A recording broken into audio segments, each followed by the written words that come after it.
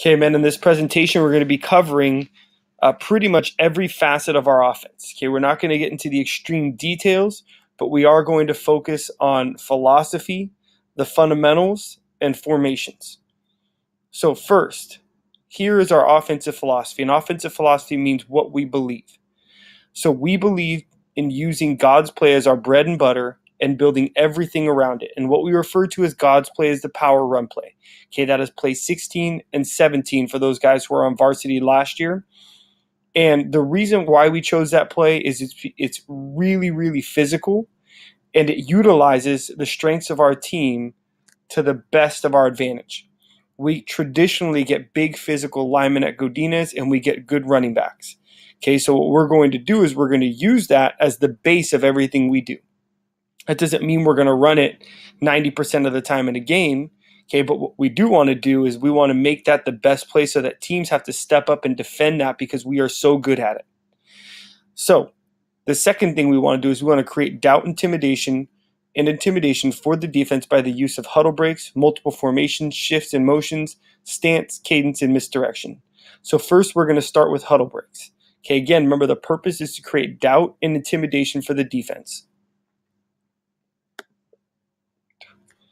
Here we have an example of Auburn, okay, and their huddle breaks. You can see here they're about 2 yards off the ball. We're going to be about 3 yards off the ball. We're going to make adjustments to our huddle alignment so that we're only 3 yards off the ball. And the reason why is we want to get up as quickly as possible to confuse the defense. Okay, and you'll see here that the defense is going to set up late and Auburn's going to get the advantage, which we want to do every single time. So watch the video. The receivers sprint out to their positions.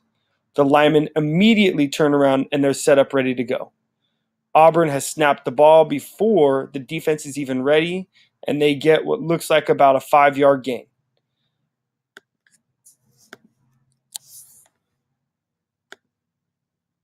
Next, we want to use multiple formations. We're going to get into that later in our presentations. And what that really does to defenses is it causes confusion for them. Okay, if they're always worrying about where the strength of the offense is, we can outshift them, we can outmaneuver them, we can put them in bad positions to align. Okay, if they line up wrong, it means that we have that much more of an advantage to kick the crap out of them. Next, shifts and motions. Okay, we want to have a lot of shifts and motions in our playbook. Again, the reason being is we want to confuse the defense by moving guys around before the play actually begins. Next, we want stance. Okay, and stances have to be perfect on all levels. Okay, from receivers to quarterbacks to tailbacks to the line, because how we start a play is going to be extremely important. And then next is cadence. Okay, and I'll show you an example of what I mean by cadence. We are going to change the way that we approach the line of scrimmage. Okay, and then get down on the ball. Here's De La Salle versus Corona Centennial. You can see here that every single guy is on a 2-point stance. And what that means by 2-point stance is their hands are on their knees. Only 2 parts of their body are touching the ground, both their feet. And they're going to go into a 3-point stance when the quarterback says down. You can't hear it on this video, but watch carefully when the quarterback says down. Everybody goes in the 3-point stance, and it gets an advantage on the defense. Bam. And they're low, and they're gaining yards right off the snap of the ball.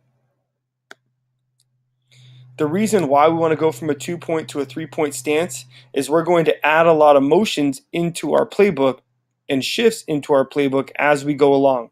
When we do that, some of us will go into a 3-point stance while others are moving. It'll cause confusion and cause the defense to jump off sides, giving us 5 yards when we didn't even do anything. Next, we have misdirection. We want to use misdirection with the fly sweep across the formation to confuse the defense again.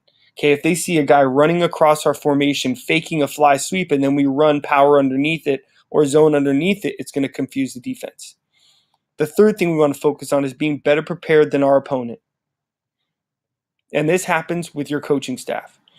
Okay, one of the advantages we have at Godinez is we have an amazing coaching staff.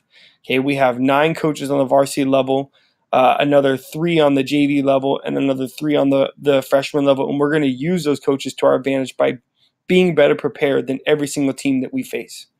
Next, we're going to take control of the game with big plays. We're going to use play action extremely, extremely well on our offense. If we can run the ball well, we're going to crowd guys into the box and then fake a run play, set up for a pass play, and hit them big.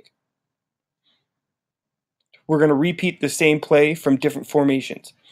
I don't mind running power 3 times in a row, okay, as long as we change up the formation and confuse the defense before we do it. Next, we want to pass the football when we not when we have to. I want to be able to throw the ball on first down. Okay, now what we need to do as an offense is become extremely efficient in our short passing game. We need to be able to say, hey, we're going to throw a 5 or 6 yard hitch and get the 5 or 6 yards every single time. That puts the defense off balance. Next, we want to coach athletes to understand game situations. Next, we want to let big players make big plays. We want to put guys in position to succeed. Next, we want to run the football 60 to 65% of the time. And finally, we want to create misdirection with the fly motion.